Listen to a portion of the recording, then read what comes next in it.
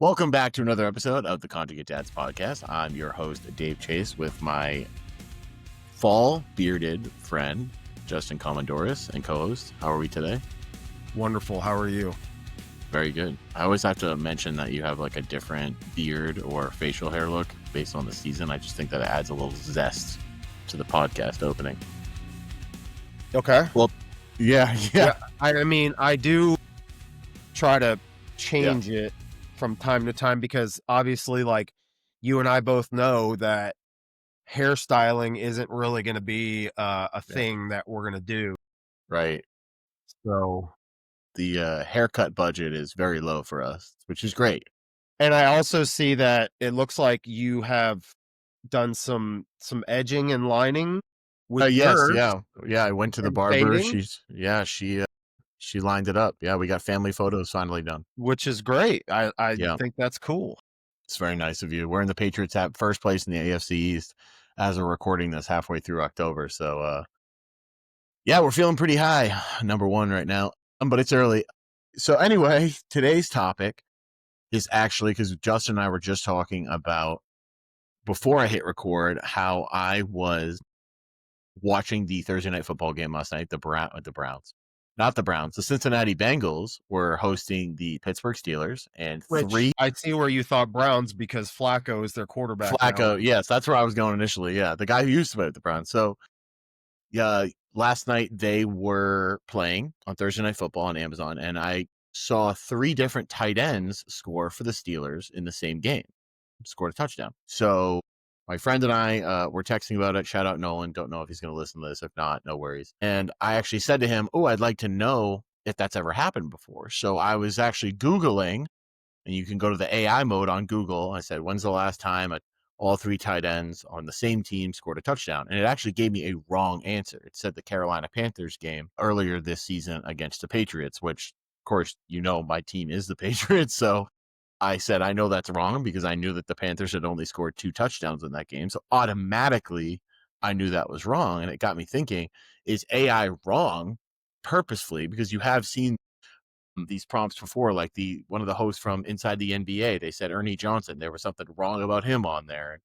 It was wrong about what position someone plays or where they're originally born. And that brings us to today. So anyway, I did find out the first time and only time that's ever happened before last night was 2018 Indianapolis Colts against the Raiders. I don't know if they were in Vegas at that point. I think they were still in Oakland. How many tight ends did you go and back check that statistically? Yes, I did. Yep. And how many tight ends was it? It was 3. So the only time ever that 3 tight ends have scored in a touchdown in the same game was just last night, and then one time in 2018. But when you said that they were wrong when they said Carolina, how many tight ends scored? It was 1. In that game? It was 1. It was 1 because I believe I looked it up. Let me see here. Patriots, Panthers. Because sometimes I think AI has trouble differentiating certain things unless you give it specific data. So maybe if you had said H-back plus tight end plus fullback compared to true tight end, or because there are some tight ends that play receiver, right? 2 tight ends. I'm sorry, 2 tight ends. 2. So yeah. Because you mentioned what's his name, Hayward's brother, but is he listed as a tight end or a fullback? So he didn't score last night. It was Pat Freiermuth, Jonnu Smith, and the large guy there, Darnell Washington. Yeah. So he's like an offensive tackle. But yeah, dude, I saw that. I saw him catch that pass, and I'm like, what the heck is that? Yeah, that Darnell is a Washington is, just for everyone listening, 6'7", 200. He's listed as 265 pounds. I would be willing to bet he's closer to the 285 area. He looks 300. Yeah, I think that's very concerned. Connor Hayward is the brother of Cameron Hayward. On the defensive side, but Connor's the brother. He didn't score last night, but the other guys did. But anyway, for the Patriots, yes, it was against Carolina. Tommy Tremble scored, and I believe that one was early, like the first drive of the game. And it was about a month ago. And then Mitchell Evans scored. I think that was like a garbage time touchdown. Yeah. but I knew it wasn't 3 touchdowns for them because I know that it was 42 to 13. So I knew that the AI was wrong, and it made me think: is AI actually giving us false information? And you had mentioned before we got on here, how can we use AI for the fitness space? So I don't know if you had like an opening word that you wanted to say. I do. I think everybody has their own like AI that they like to use. I prefer Gemini through Google, one because it's free. You had Chat GPT forever, but I felt like Chat GPT was just like super basic, right? So it's like it gives you super basic answers, or it will if you throw it. I don't know if you've done this before. I did this earlier today. So I saw this. I saw a post, um, and it's a skit. It was a skit of a guy running over a Trump yard sign from back in the election back last November, and it's like instant karma. And he runs over the sign, and then he gets a flat tire, and he's like, of course Okay. he blames it on like the Trumpers and Republicans and right wing Yeah. people. Yeah. And the whole time the guy's driving and he has a mask on. So that's like a dead giveaway that it's fake because he has an N95 mask on while he's driving. And so I see people all the time around here driving with a mask on by themselves. And so I got on and I'm COVID like, episode. This is I did not have this on my, what do they say, the bingo card, the yeah, COVID the bingo episode. card, Yeah. which movie is that from? Do you remember what it's I don't know. You something go on your point before you lose it. I'll look it up. something in the woods or something like that. Anyways, it's the dad from Step Brothers. Um but anyway, so I'm like, well, I want to like ask a sarcastic question to AI. And so I go in there and I'm like, what reason could someone possibly have for wearing a mask while driving alone in their car? And it gave me like all these super passive aggressive like reasons that weren't really backed by any type of science as to why someone might be driving with a N95 mask on in their car.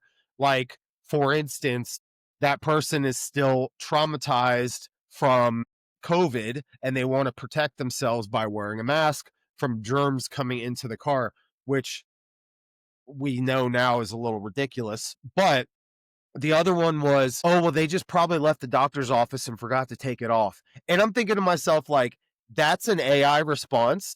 Like, Yeah. they forgot to take it off. So it was very like passive aggressive, just like off cuff responses.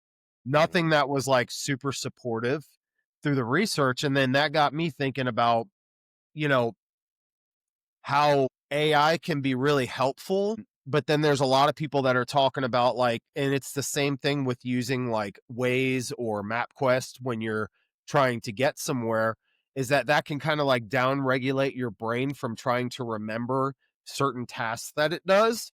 And Mhm. so I think the interesting thing there is people got to have to look at, why would you use AI? And are you using it as a tool to help you learn and execute things more? Or are you using it as like an easy way out? Right. And I think people that truly know how to optimize AI, which I can give some examples on how to do that because I've learned how to do it, those people are learning from it and it can be helpful versus if you're paying 10 bucks a month through Apple for Chat GPT to ask it dumbass questions that you're too lazy to go and look up on your own, that's where things kind of get messy. So I know there's a couple of like high level online coaches that have done, and like Jason Brown's one of them, that, they did a whole YouTube series on like, how well can Chat GPT Yeah. write a workout plan, Right. right? By the way, I cannot find this bingo card saying there's no one is like the one who's claiming that they invented it or anything like that. So Now, couldn't do it. it's from a movie for sure. Sure. Hey, oh, I used AI by the way, and they Yeah, would so not tell me. So they might be lying. it's all about how you ask the question, right? So I want you to go on. You got AI open right now, right? Yeah, you want I me to use just want you to Gemini? type in, Use Gemini. give me a 6-week conjugate split. Don't type Si- anything else but that. Yeah, I've done this. Okay. 6 weeks conjugate split. Mhm. Okay. And then read that for me. Okay. 6 week conjugate split typically follows a 4-day per week rotation alternating between maximal effort, ME, and dynamic effort, DE, days for both the upper and lower body.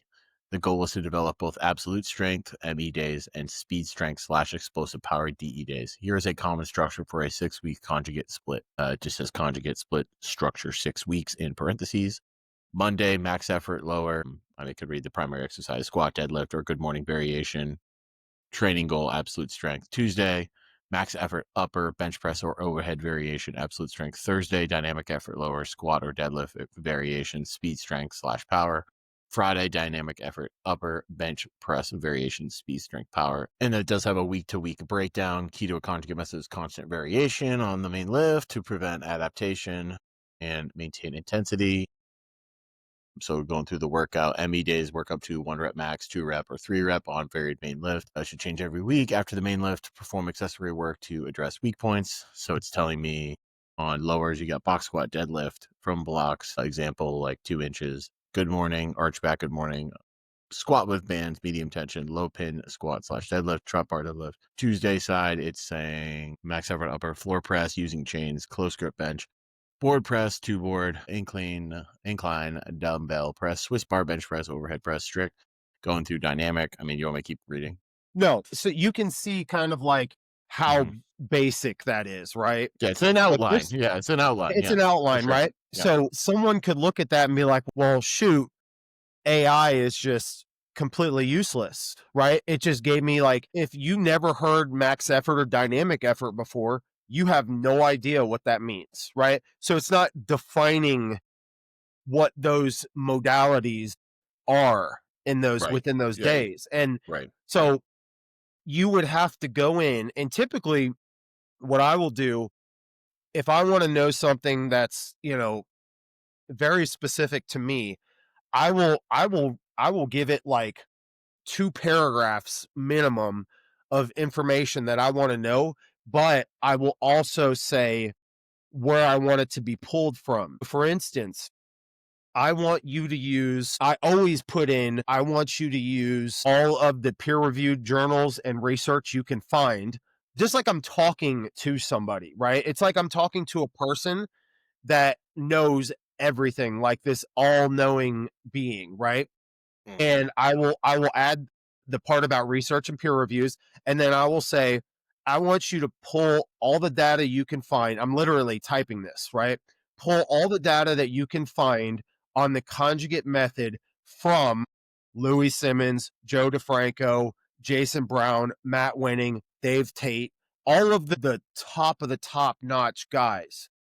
And then what will happen is it'll start spitting out much more defined information on what I would want to know in regards to conjugate. So for instance, I I just was typed that kind in, of by the coming way. up with this thesis on how the conjugate system can be used for golf.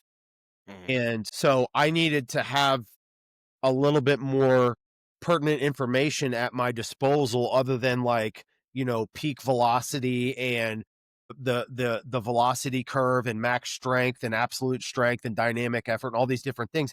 Those are things that people aren't really going to understand. What most people want to see, especially on that extreme side of things, is like detailed information on how to improve the velocity or the speed of your swing, or how to improve the miles per hour of your flight takeoff on the ball, or Mhm. how to improve the accuracy of your shots. And so I just started digging into some of my own research and then also using AI on the side to kind of help me to understand the research better on how training the conjugate method can relate to golf and how golf is played and all these different things. So I started digging, and the reason why I did this was because, and I think I talked about this potentially on the last podcast a couple of weeks ago. Me and Jack went out and played, and I did some very specific things before we played in my workout like the trap bar deadlift and a unilateral variation. And not only was my drives further, I was hitting my irons better, but my accuracy was Yeah. significantly improved to where it reflected in my score. I shot the best score I've ever shot.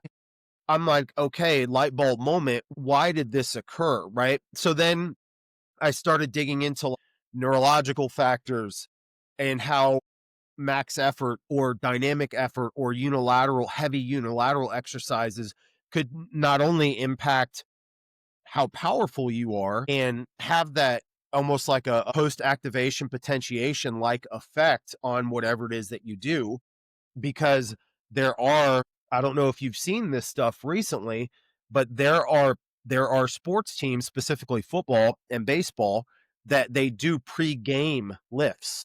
So like 2-3 hours before the game, they'll go and do like some French contrast stuff where it's a heavy lift, a heavy jump, a unloaded jump, and then a super fast jump like reverse bands jumping up in the air. And that's potentiating. Yeah, you're just really prepping it, so when you go up Exactly, there, you're you're prepping ready to the nervous system. explode. Right, Yeah, versus coming a little colder and doing that bullshit warm up for football that correct. we all know we did. It's like, am I really ready? By the third quarter, you finally feel good, but the Yeah, first and second quarter are yeah, just and so why does it take me until the back 9 to where I'm hitting cleaner shots and more accurate shots? And it's just there's something there, right? So I wanted to know the answer, and so I did some of my own research and went with what I already knew, and then looked at what AI was giving me, and the believe it or not,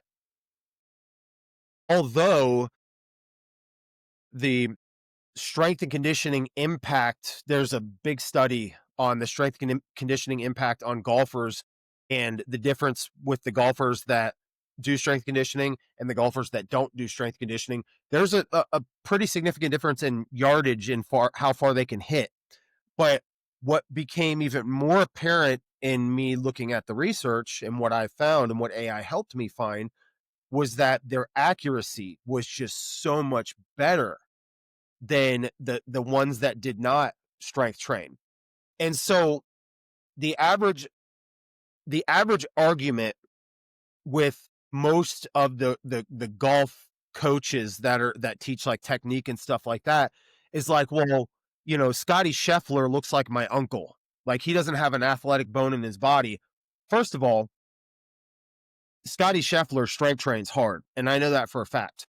Bryson DeChambeau, and I get that Bryson DeChambeau is the one that everyone always makes, the argument that everybody always makes for strength training mhm. and saying like Yeah, he's bigger, he's more muscular than that your guy typical hits it golfer for long sure. because he's strong, but he's an outlier, right? Just like Tiger Woods was an outlier. It's like maybe that, well, what about the guy that's 5'9", 150 that can hit the ball far? It's like, okay, did we take a look at his genes? Did we say like the ACTN3 that we talked about, like does he have the potential for more fast twitch fibers? Like you can't just create this blanket statement of, well, most golfers are good because of this. And it's like, okay, if strength doesn't matter, Dave, why can't my son drive the ball as far as I can drive the ball? I was looking up the highest drive. Say that again. I'm sorry. So why wouldn't my son, what is the number one factor, Hmm. right? Because we know Yeah, he's better, he's better, he can hit the ball way better than me at yeah, golf, right? yeah, yeah. Why can my drives go further than him?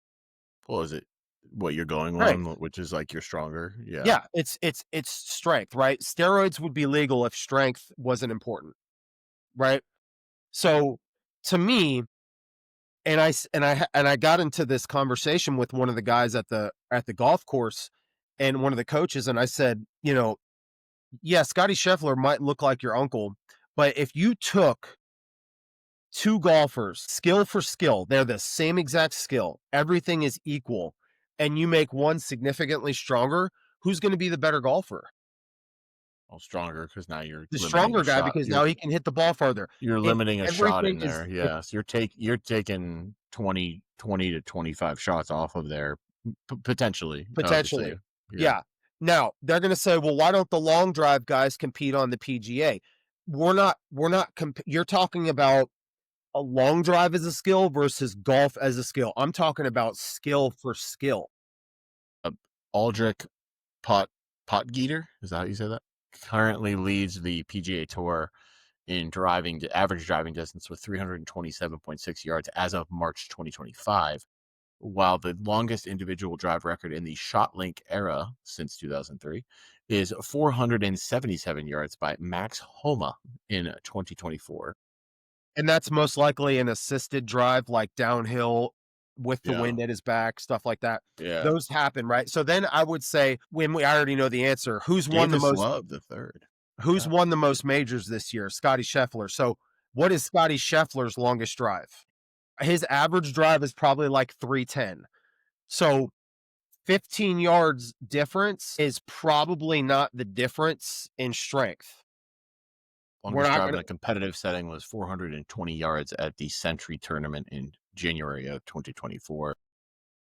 He led the field in driving distance in September of last year with the longest drive of 374 yards during that week, according to a X user. So that's a great source. so I think the While he's not known, this is what your point is. While he's not known for hitting the longest drives, he is highly accurate and consistently hits the ball far, often right. with an average driving distance around 310 yards. If you took like I just find it hard for someone to debate this with me that if you took a guy that's really good at golf, let's say he is a 0 handicap, which means he can shoot par for the course every time he plays on average, right? Like he's a 0 handicap, okay? Um if you took that guy and he didn't make any changes, it did not affect his technique in any way, because we do know that there are some coaches out there that will just let people blindly lift weights however they want, and it's their form is jacked up and it can affect their mobility, right? But let's just say mobility stays the same, okay? And you make that person stronger. There's no change to their skill or their accuracy or anything like that. There's just, to me, there's no debate that that person is going to shoot now lower scores Right. Right. because they're stronger, because they can push the ball further down the fairway, right? Right. I'm looking at the So list now. that's where I feel like I'm getting too far away from AI, the subject matter here, but Mhm.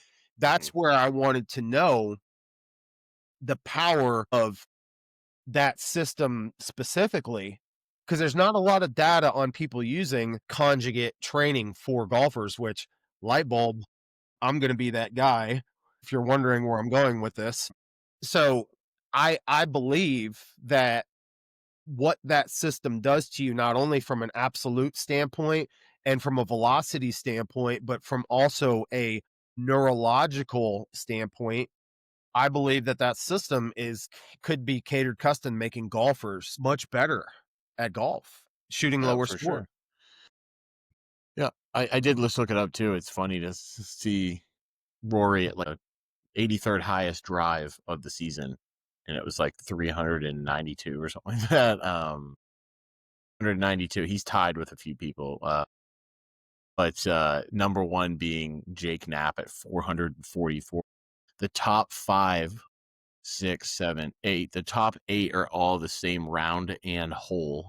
Round four, hole six at the Century Tournament, all hitting the ball at least 428 yards, and the top one is only 444. So it's only a 16-yard difference. The Like you problem, said, it's probably with the wind and everything. yeah, the problem with a lot of these guys hitting the ball far is that number one, a lot of these shots are, so I know because my son watches all the YouTube videos on golfers and stuff, and he'll look up like furthest drive, and there's like a difference between like non-wind aided or non-course assisted drive, because there's a guy that has like a 490 or a 500-yard drive There's a higher one, because 579.63. yeah, you know why that is? He caught the Strong. cart path and it Oh, bounced and bounced and bounced and oh, bounced it and says bounced. strong tailwind, high altitude. Yeah, this is Yeah. October of So, 2023. Yeah. and that's another thing too. Are we hitting from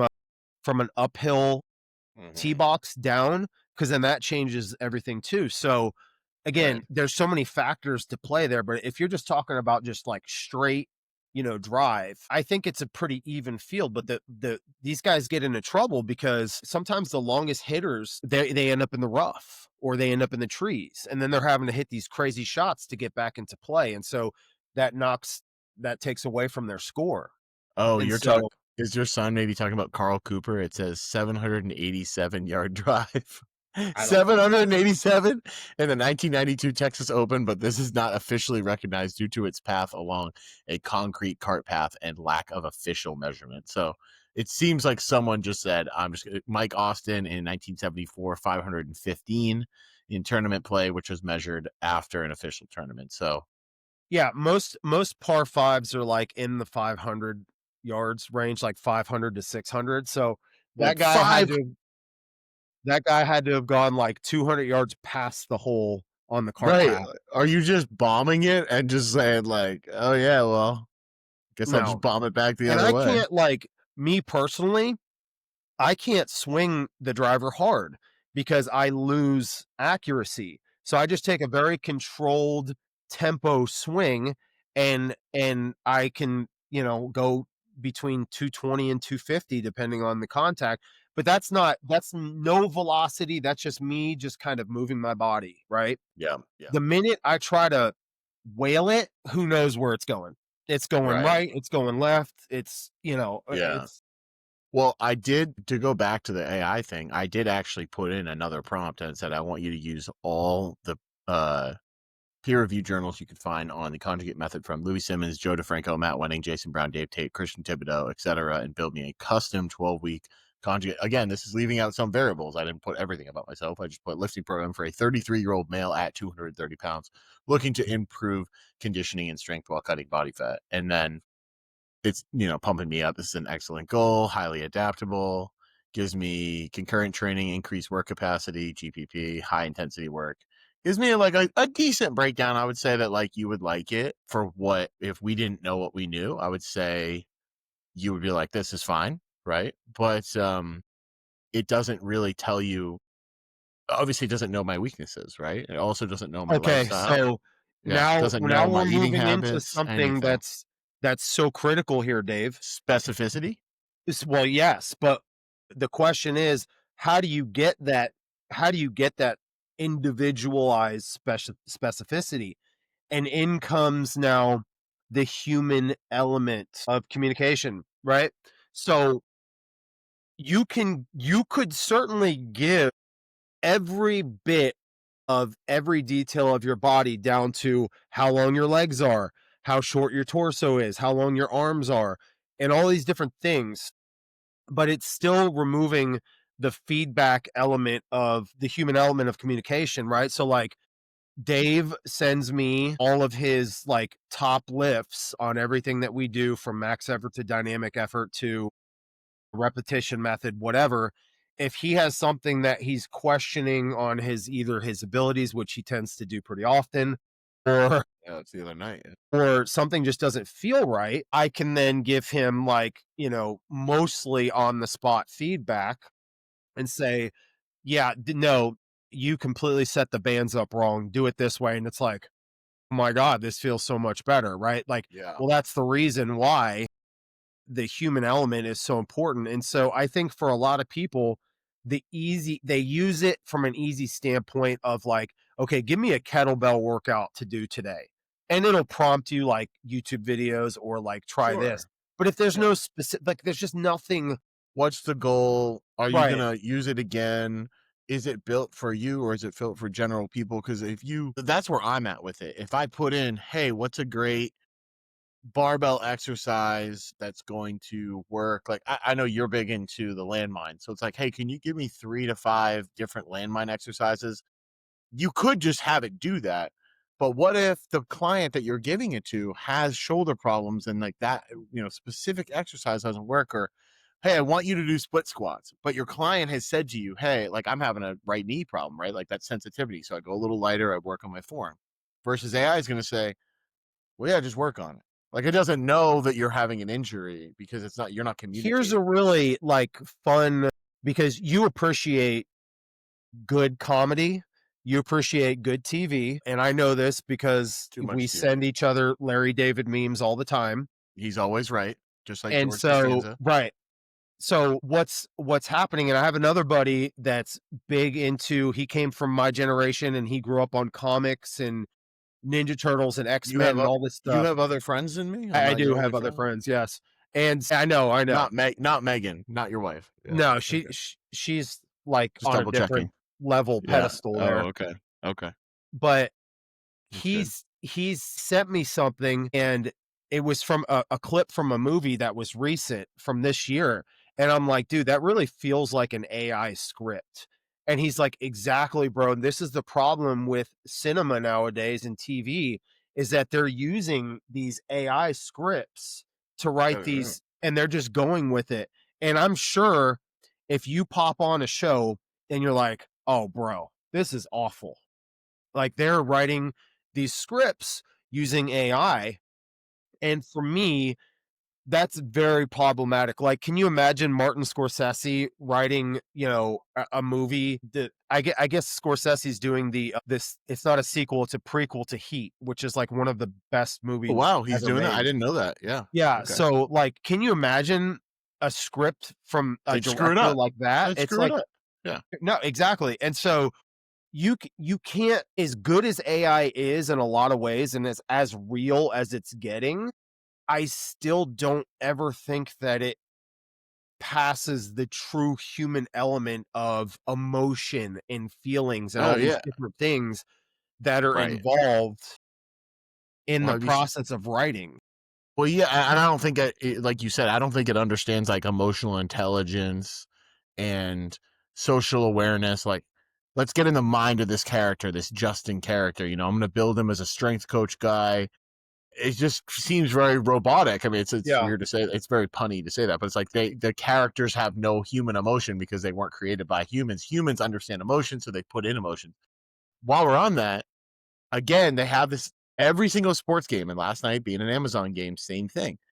Have you watched these AI commercials Yeah. with underdog is like Yeah. it's I don't know if you watched the game Yeah. last night, but it's like the betting.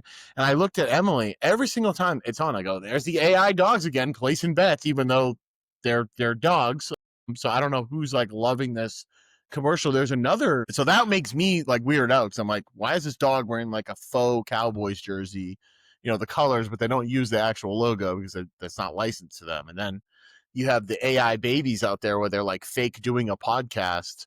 her Yes. dad her dad likes it. I think they're weird. They creep me out. I think that it's because they can create all sorts of things Yes. that never happened. Like now they're creating AI videos of people stealing things that they never stole. And I mean, I'm sure that evidence will, be used somewhere in a court case to say this Well, I it's getting wasn't scary, there. dude. It's definitely Yeah. getting scary, but to me, so my response back to him was like, "Here's what I think's going on," right? Like, you can, number 1, the manpower to generate these scripts and these commercials and all these different things is small Yes, compared that's to, the issue. Yeah.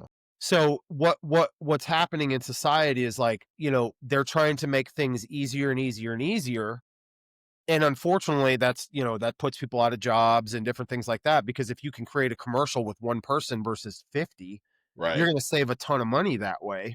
And so, what ends up happening is, like, they're taking the easy route that saves a ton of money, and then they're making all this money, not realizing, like, the downstream effect of taking the easy way out. Like, I will never, if I need to know something, or if I need some, like, specific data or research, I'll use that to help the process of To understanding the way get that to where something you need to works. go. Yeah. Right, but I'm Yeah. still the person that's behind the scenes writing out all of these programs and, you know, creating all the templates and doing all these different things, that in the sets and reps and rest intervals and conditioning and all that different kind of stuff. So, but I'm also behind the scenes having conversations, right? Because conversations like, "Hey, Justin, I'd really like to build some muscle. Oh, let me go to AI and figure out how." It's like, no, it's not. It's like, I know how that process Right. works, right? So I Right. don't have to do that. But I think a lot of people will just take that easy route, and instead of getting instead of why would I if I didn't know any better, right? Why would I spend I'm trying to remember what he said. So if you wanted to have a 30-minute phone call with Joe DeFranco, you would have to spend $500, right? So why would I spend $500 when I could just go into AI and type in, give me all the data on Joe DeFranco's Yeah. prowler Yeah. methods for Like the building Prowler speed. seminar or something. Yeah. Yeah, like, and you can do that, but it's time consuming, right? But also, But I want it you right know, away, dude. So I'm gonna yeah, I use want it right AI. away, I'm and lazy. I don't wanna I'm try and cheap. implement it. I'm Yeah. impatient. I don't wanna do it myself first to Right. figure out like, I've done enough dumb exercises to know the ones that really hurt bad, and I don't And need isn't to that do them. something you can say on a human like that really touches on it. The human element of I've made enough mistakes to know what not to do, and that reinforces why I know what to do. So, the essence of, you know, when you hire, let's just use coaching, for instance, because that's Sure. something that both of us do, like, that is the essence of, I wanna say, let's call it 75% of what you want from somebody is experience, right? I want somebody that's put in the blood, sweat, and tears into understanding what it is so great example is we always use this guy as an example, but is Louis Simmons, right? He always said, "I broke my body over and over and over again so that the people that came after me didn't have to." Right? So his guys, you can go listen to his podcast, you can look at their track record, whether they're athletes or powerlifters, they didn't have a lot of injuries. They maybe had some soft tissue injuries, but they didn't have a ton of injuries because he had all of the injuries that he experienced in order to know what's going to work really good and what's Right. not gonna work really good, And right? dropping the and same as you, dropping the stories, like, he drops stories in there, obviously, of course, he's, passed away now for a few years, but you do the same thing that he used to do there, is he'll drop in a story and say, "Hey, the reason we do chains is, I was thinking about this," or, "Oh, the reason I did dynamic effort is I wanted the guys to get work in." I mean, you say the same thing, "Dave, you still need to get your work in, but you don't really have 2 hours, 3 hours, right? Right. Okay, cool, so that's why we're gonna do that," and you would walk me through it to get me to that answer. And then the point I was going to make on the AI thing with the Hollywood or the Atlantic actually wrote an article on this from last November. There's no longer any doubt that Hollywood writing is powering AI by Alex Reisner. So if you want to go check that out, I'm not subscribed to the Atlantic, so I'm not going to pay for this. But basically, it says here, just one quote. One screenwriter recently told me he's seen generative AI reproduce close imitations of The Godfather and the 1980s TV show Alf, but he had no way to prove that a program had been trained on such materials. Can now say with absolute confidence that many AI systems have been trained on TV and film writers' work, not just on The Godfather and Alf, but more than 53,000 other movies and 85,000 other TV episodes. Dialogue from all of it is included in a training data set that has been used by Apple, Anthropic, Meta, NVIDIA, Salesforce, Bloomberg, and other companies. Someone, Alex here, Reisner, said recently downloaded this data set, which I saw referenced in papers about the development of various large language models, or LLMs, concludes writing from every film nominated for Best Picture from 1950 to 2016, at least 616 episodes of The Simpsons, 170 episodes of Seinfeld, 45 episodes of Twin Peaks, and every episode of The Wire, The Sopranos, and Breaking Bad. So just to close it out, can I imagine that there will be a version that has downloaded everything that the people we mentioned before, DeFranco, Simmons, Thibodeau, Jason Brown, Tate, Matt Wenning. I'm sure there's going to be other people that I missed on that. And, someone like yourself, like, hey, I know a lot. It's just going to take everything that you've ever put on the internet and download it. Right. However, I still think that I feel the same way, and I'm sure you do too, at the beginning of this episode that I do now. There are going to be limitations to it. And I do think that it's always best to double check your references if you are going to use AI for anything. If it's something silly like, hey, how much, flour do I put in to bake a cake for 4 people? Yeah, you can go get your answer and move on. But if you're like, hey, how would Julia Child make this if she was making it for 20 people and I want to make it this style and this version? Yeah, you're gonna have to read Right, some books. Be patient with it. Sorry, I right. think I cut you off on your point that you had. No, I mean, yeah, I think you're right. Like, you can't until the day where, and I don't know if it probably will be in our lifetime, where they have some kind of way that you can port into, you know, from the back of your mind into the internet, right? The human element's just not gonna it's not gonna truly be able to unlock, like, what's in that person's brain, and that, you know, Louis Simmons forgot more than what most people will ever know when it comes to the conjugate method and everybody that came before him as well, right? But you still can't remove the eyes on element of him saying, "Okay, we're doing, one board versus bands for max effort Right. for But a this 3 is what rep you max." you had this with John Davis. You said that you came in one workout and you said, "Oh, I thought we were doing lower." And he looked at you the way you were moving. He said, "No, you're doing conditioning today." And Yeah, you were like, at the time, you said like, "Oh, I'm pissed. Like I had this idea in my head," and he basically had to tell you, based on what I've seen, the answer is conditioning, and that's the end of it. And I think that you and had what's the discussed it with him likely later. okay, so that's great, right? Yeah, What's yeah, the likely reason? I'm coming in off of a 12-hour shift. yeah. Because you were law enforcement at that Yes, point, I'm correct? coming Yeah. in off a Okay. 12-hour shift. My ears were probably red from stress. I Yeah. probably looked slow, and he's Yeah. like, "Dude, no way. Yeah. You need to Yeah. recover." Honest And so we're gonna do conversation, tough love. Yep. yeah, we're gonna do strongman. And we did strongman conditioning. And at that time, granted, John's only 2 years older than me, but, he had a ton more experience in that system just from training athletes and adults and all that kind of Yeah. stuff. So Yeah. he can go eyes on and say, I can see maybe he was just like, no, I don't feel like doing that today. It's conjugate. We can do whatever we want. But the reality is, a good coach can tell the difference between when an athlete comes in and they're bebopping and ready to go versus Yeah. walking in all slow, looking like a zombie. It's like, whoa, is that person neurally gonna fire? Right. No. Yeah. Like, or dang man, my shoulder, my bicep, my pec, I'm just feeling like super tight. Well, guess what? We probably need to do just repeated effort today. Do you know why? Because from a neurological standpoint, you can't recruit as many motor units when there is pain involved in the movement, Yeah. right? Yeah. So you are essentially weaker today because of X, Y, and Z, whatever you have going on in Well, your AI shoulder. can't tell me that. AI is going to No, tell me I'm perfect. I'm no. perfect every So day.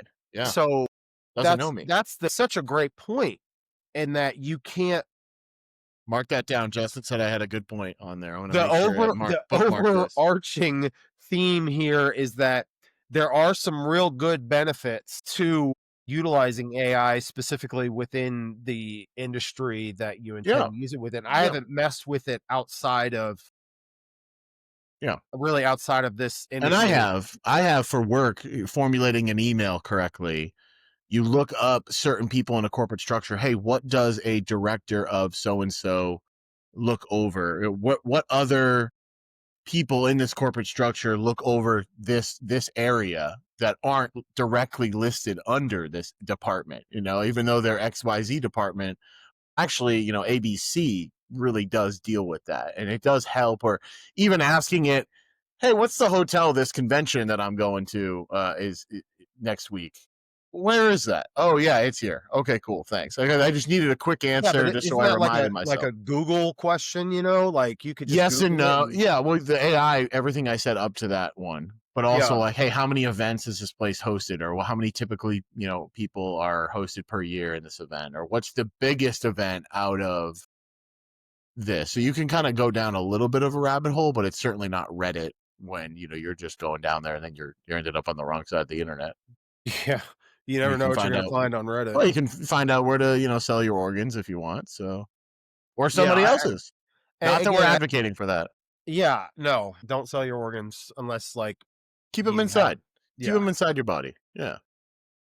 But, again, like, there are benefits, but I truly believe in specifically with what I do is that there's just that coaching human element that you can't not have. It has to be there in order, like, yes, the average person that doesn't have any mental health issues and that's motivated and disciplined, like, they can find whatever thing they want to find and probably follow it and do pretty good on it. But Mhm. I didn't just describe 90% of people. I just described 10% of people. Yeah, and it might be smaller given how this Yeah, current state is going, right? It right. could be even smaller. Yeah. So again, you have to take that into consideration when you're using these tools. That's all it is a tool. As from where I'm sitting, it's a tool, right? If I want to get deep dive into something, then I might say, instead of me reading every single research paper, that's because, again, research can be messed up too. All right, we have Yeah. found out that Who's funding it? When was it done? If it was done 75 years ago and people were following a different plan at that time, then yes, it could certainly be skewed. Or just the people in general, you could look them up on their background and say, wait a second, I think they were paid by XYZ to do this study, etc. So yeah, yes, absolutely. and I think Sample size is ultimately, 4 people versus 4,000 over a yeah, 20-year period. Yeah. yeah, like, there are gonna be some things that are researched very well that don't work, that if I try them, they will work. So, recently, Brett Contreras came out and said that there is no difference in muscle gained based on how slow the rep is, how slow the eccentric tempo is, right? So, back what you used to think is what they used to say is that if you really wanna create a lot of hypertrophy and muscle damage, you have to slow down the eccentric portion of the lift. And then now what they're finding is that for the most part in these studies that they've done is that the tempo doesn't matter. It's that mechanical tension takes place. And so what he's saying is, like, he's number one, he's eliminating motor learning. Okay, so the neurological effect of you're learning how to do something the appropriate way and how that can impact hypertrophy. But essentially what he's saying is the tempo of a lift has no impact on hypertrophy, whether you go slow or whether you go fast. It only really impacts, like, if you get really sore, how much muscle damage occurs. And I will say that anytime, because from time to time, I will utilize slow eccentrics for specific Hmm. reasons. Yeah. Number one, if I had somebody that was limited with how much weight that they had in their home, then they're going to have to use slow eccentrics to get the max amount of motor unit recruitment out of that exercise. If not, it's just going to be like this, right? But I can make light weights hard by going really slow up and really slow down and all these different things, right? And I know, like, Matt Wenning's a big proponent for doing slower eccentrics on certain things during certain phases, and same thing with Charles Poliquin and Christian Thibodeau, and all these different guys. But I think making that blanket statement just because of what the research says amongst us, that population of people, that the tempo doesn't matter, is a bit short sighted and a bit Yeah. blanket. Yeah. And I don't. I know for me personally, I can tell a difference in strength specifically. I can't say from a muscle size standpoint, but Hmm. that's not necessarily what I care about. But I can say from a strength standpoint, anytime that I've gone and spent a block, right, like 4 weeks, 6 weeks on slower eccentrics, and this usually comes from someone talking me into that knows a little bit more than I do, saying, "Hey, try this for a little bit." My numbers will go up strength wise. You know, we all know that you can lower a lot more weight than you eccentrically than what you can press concentrically, right? That's like a fact. In fact, it's for most people it's 25 to 40%, right? But if you get really good at lowering and controlling a weight that's lighter, when you go back to a normal tempo, you're stronger because you've been so used to lowering heavier weights, like when you use like the eccentric hooks, the weight releasers that I have that drop off the Mhm. bar. You Yep. do that enough times, right? Yep. And it becomes almost second nature to your body, motor learning, right? Right. And then eventually, once you cycle back to the normal speed, 2 seconds down, 1 second up, whatever, Mhm. that I lift at, you're stronger. So then what happens if you're stronger? I can move more weight. I can do more reps. Do I then gain muscle because of that motor learning that took place prior? I would say yes. So again, not all studies and research are going to be created equal. So you have to be No. careful with that too. Yep. It's just it's just one of those things where I think it comes down to being able to read what's out there in a very efficient, understanding, open-minded way, because you can read a study, and I think I had mentioned this to you. Did you ever listen to the Ben Pakulski podcast? I have in the past, yes. Okay. So he'll have on a guy, for anyone who's not, and I'm not shading him. I actually really do like Ben, jacked Canadian Mr. Clean. And he'll have on like Paul Saladino, right? Am I saying that right? Yes. Yeah, I think that's him. Yeah. And then I remember listening to that, and then he was like all about it. He's like, yes, carnivore is exactly what you need to do. And then he'd have on someone that's like a vegan. He's like, you know what?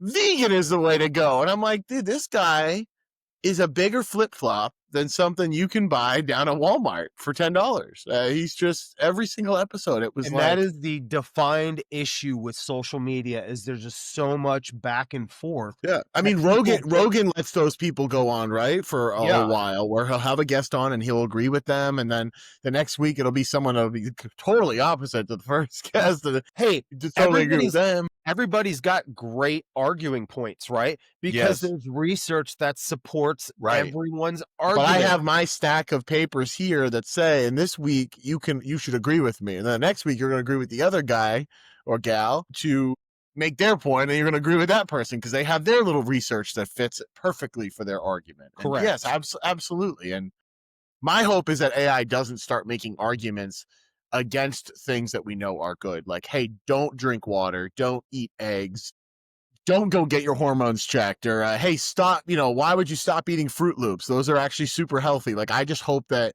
the information age with artificial intelligence doesn't lead to saying blatantly incorrect information that's going to, we've grown so accustomed to googling, hey, how many calories should I eat, or how do I get to the grocery store, and now it's like, well, AI says to eat 3,000 calories worth of Fruit Loops. I just need to do that because that's what it says. Yeah.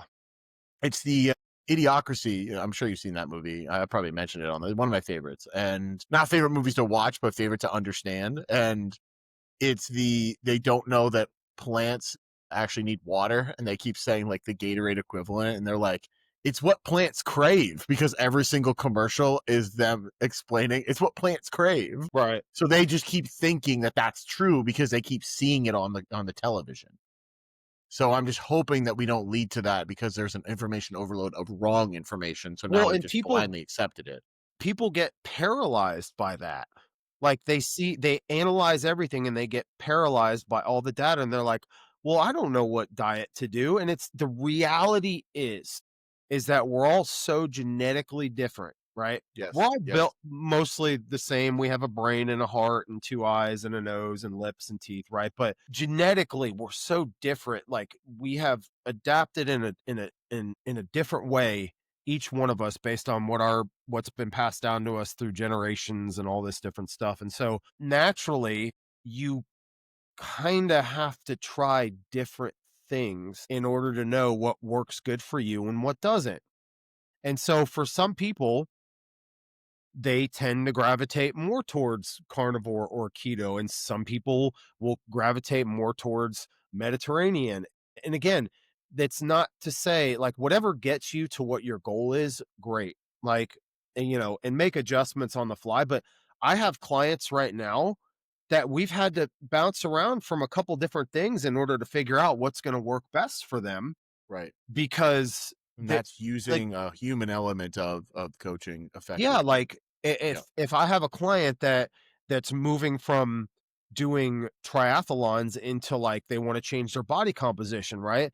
They they naturally have to change the way that they eat food, um, in order to see different types of results, and that's, removing some carbs or eating more protein or whatever, and so there, and obviously their strength training changes too, so it's like, you have to be, there's just nothing that's like yes or no in this space, right? It's Yeah, it very can't much be like, black and white. Yeah, right, it's it very much depends, trial gray. and error, right? Yep. Like, what's gonna be the thing that gets Dave to being completely shredded? Like, you have to play around with it and figure out, like, what is that thing? And I know for me, as I've gotten older, I've had to change some things Right. in Yep. terms of, like, my nutrition and different things, like, to get back to how I like being, or whatever my body composition is, or whatever. And then also thinking too, like I started out with you barely doing the 2 miles. Now it's 3 miles, and then it was 3.5, and then it was four, then it was 4.5. And now the past few days I've actually done 5 mile walks. I just enjoy them. Yeah. I just enjoy them. And I also is like, yeah, the benefit is you're going to keep some weight off because you're burning a ton of calories. So the days that I can do 4 or 5 miles, it takes time, but Yeah. it's I did want to close out with two questions. We have 2 weeks until Halloween comes up. They're doing a giveaway at school. It's like a guess how many are in the jar. So it's candy corn. Mhm. And I won't give you my opinion. I'll just ask. Well, I'll ask you first. Candy corn, are we in or are we out? Deep side. It's already a I yes. feel like So, Josh. I'm gonna take a lot of backlash for the Well, 5 people that listen to well, we this. got. I was gonna say we have about 5 people who listen, so I don't think anyone. I'm gonna say out. I am 100% out. I think they were saying yesterday. They're like, "Oh, more for me." I go, "You can have my portion too. That's fine." I think candy corn tastes like a sugary treat that was painted, and then someone puts that willingly in their mouth and eats it.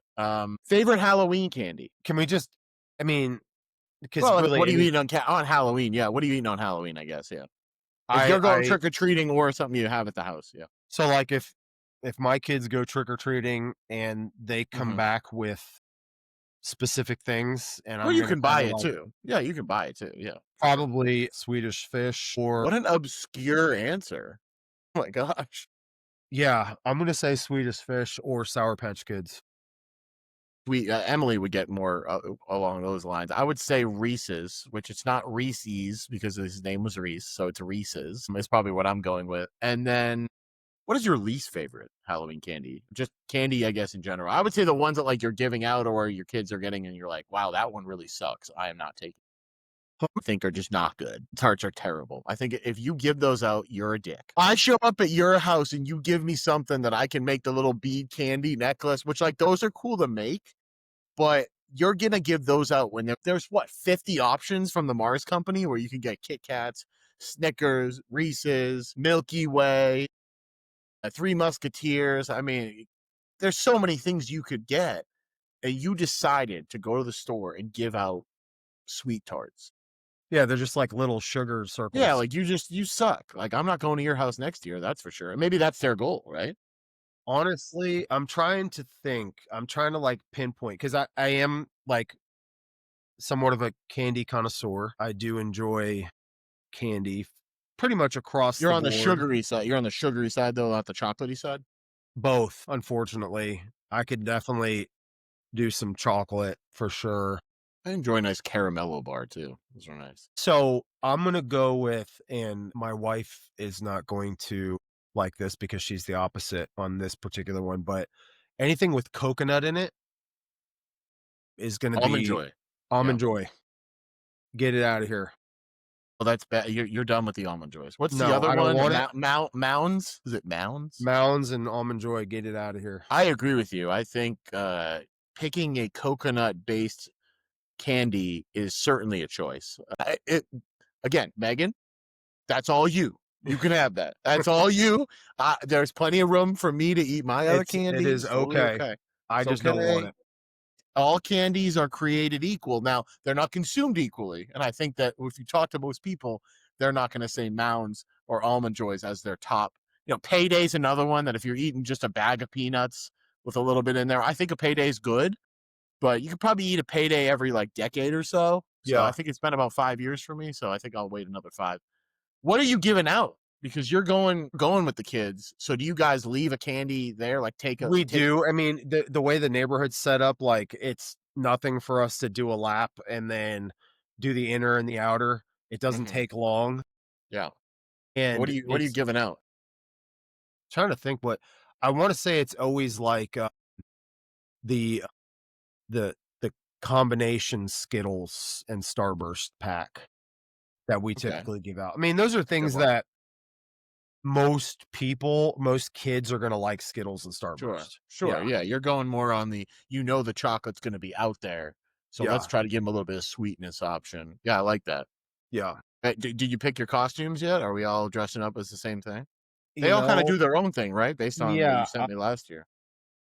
I'm not sure. I have this fantasy of me doing a Kratos from God of War. You should do Kratos. You've said it on 3 different separate episodes. Yeah, but I just and my wife is a, like, makeup master, like, she could paint me, do all the He's got makeup, like she some could. scars and stuff too, right? So you'd have to Yeah, get some yeah, scars in and there. so I it's the work part that I don't necessarily wanna ask her to do that, and we've talked about it, but I don't know that I want to spend, an hour and a half in a chair just getting painted white and red. I mean, I think that this is you saying that you would be open to it. So, Megan, when you do listen to this, Justin is saying he'd be more than willing to sit there for 90 plus minutes so he can be Kratos. Just to answer my own question, we're going to be Ghostbusters, and Theo is going to be the Marsh Puff, Mellow Puff, or whatever it is. Nice, Marshmallow Puff Man, or Yes. Stay Yeah. Puffed Marshmallow Man. There we Yeah, go. I wanted to do, the quad box or the octo box for, Red Zone, where he could be, the host of NFL Red Zone, Scott Hansen, and then I could be the octo box, and then Emily could be the witching hour, which I don't know if you watched Red Zone. Um, I've seen it some. but he famously says the witching hour when, wins become losses and losses become wins. You, as a former football player at several levels, know sometimes, you lose a game in the last few minutes of the game, and Uh-huh. sometimes you win a game. So that's why they call it the witching hour, because some crazy things can happen. So I will say that I'm a little disappointed that we cannot be Scott Hansen and Octobox and the witching hour, but maybe in the future we can look back on this and do it. I'm not willing to shave my beard to look like Scott Hansen. He's a clean shaven fellow. Yeah.